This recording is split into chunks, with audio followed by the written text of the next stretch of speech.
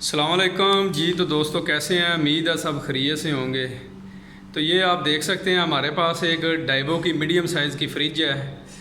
तो आज मैं आपको चेक करवाऊंगा ये कूलिंग क्यों नहीं कर रही।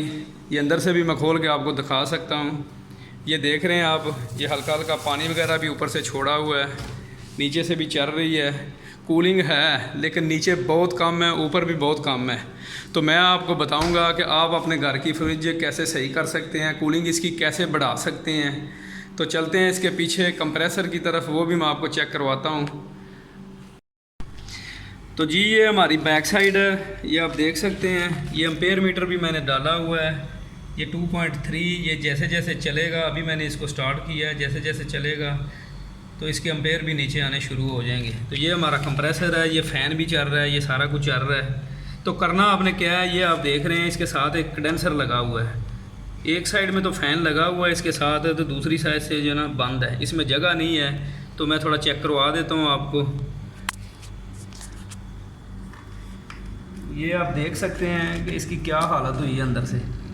ये पूरा ब्लॉक है, तो इसकी वजह से ये कंप्रेसर बार बार हीट अप हो जाता है। 2-4 घंटे चलता है, काम करना फिर छोड़ जाता है, फ़ैन हमारा चलता रहता है।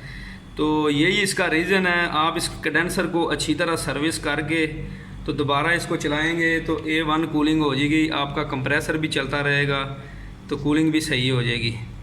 तो हम इसको सर्विस करके तो चला के दोबारा आपको चेक करवाते हैं। तो जी दोस्तों, मैं आपको सर्विस भी करके चेक करवा देता हूँ कैसे आपने इसका सर्विस करना है। अगर तो आप अपने घर में ख़ुद सर्विस कर रहे हैं, पीछे से कंडेंसर है, आप जो ब्रश है टूथपेस्ट वाला, वो ब्रश के साथ आप कर सकते हैं। ये 1-2 स्क्रू होता है, किसी में वैसे भी ये खाली कंडेंसर होता है। ये जालियाँ होती हैं, ये आप देख रहे हैं, ये पूरी ब्लॉक है। जब इनको इधर से हवा क्रॉस नहीं होएगी तो इसका हेड प्रेशर बढ़ जाएगा, हीट की वजह से जो है ना हमारा कंप्रेसर बार बार बंद होएगा। ठीक है, तो ये मेरे पास ब्लोअर भी है। ठीक है, तो ये एक गैस का सिलेंडर है, लाइन इसके साथ लगी हुई है। तो पीछे जगह कम है, तो मैं गैस के प्रेशर से आपको सर्विस करवा के दिखाता हूँ कि आपने कैसे सर्विस करना है। तो ये आप देख सकते हैं कि प्रेशर के साथ हम मार रहे हैं तो कितना कचरा वगैरह जो है अंदर से निकल रहा है। इसको ही आपने अच्छी तरीके से साफ जालियाँ वगैरह